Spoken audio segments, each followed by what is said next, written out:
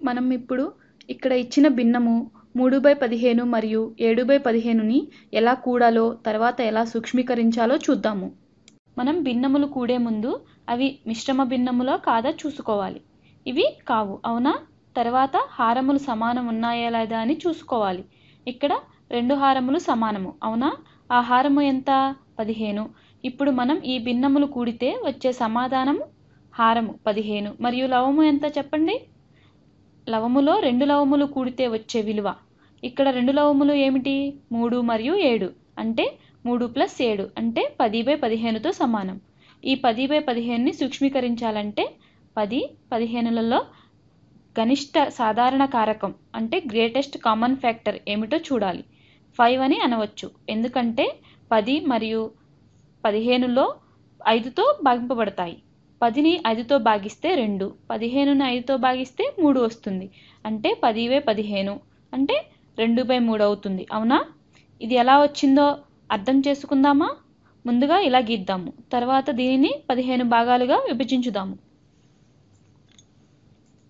ఇదిగో 15 భాగాలుగా విభజిస్తున్నా, చూస్తున్నారా? కొంచెం సులువైన పద్ధతి ఏమిటంటే వృత్తాలు అంటే సర్కిల్స్ గీయడం. 15 భాగాలు అయినాయా? ఈ భాగమును తీసుకొని ఇక్కడ పెట్టి మళ్ళీ పెట్టి అలా పెడుతూ వెళ్తే 1, 2, 3 ఇది 15వ భాగము. ముందు 5 భాగాలుగా చూద్దాం. తర్వాత ఇదిగో ఈ 10 భాగములను మొత్తం 15 భాగాలు, అవునా? దీనిని మొత్తం కలిపి ఒక తినే వస్తువుగా ఊహించుకుంటే ఈ విధంగా ఉండేది. ఏది? క్యాండీ బార్ అంటే పెద్ద చాక్లెట్.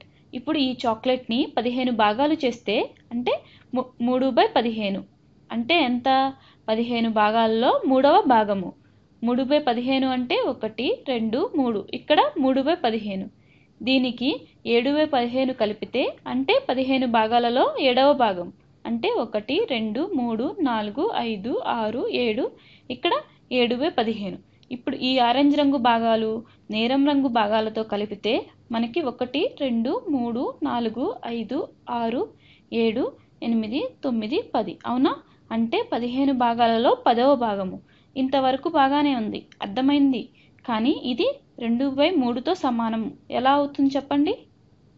ఈ చాక్లెట్ని 3గా విడగొట్టండి, ఒక్కొక్క దాంట్లో 5 భాగాలు ఉండే విధంగా. అంటే 1, 2, 3, 4, 5, కాబట్టి 1/3 అవుతుంది, అవునా?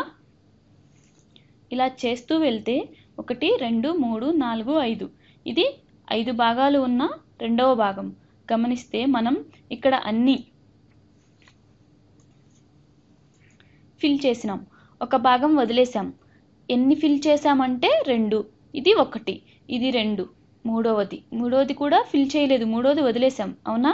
అంటే 10/15 అన్నట్లు. దీనినే 2/3తో సమానం అని కూడా అంటారు.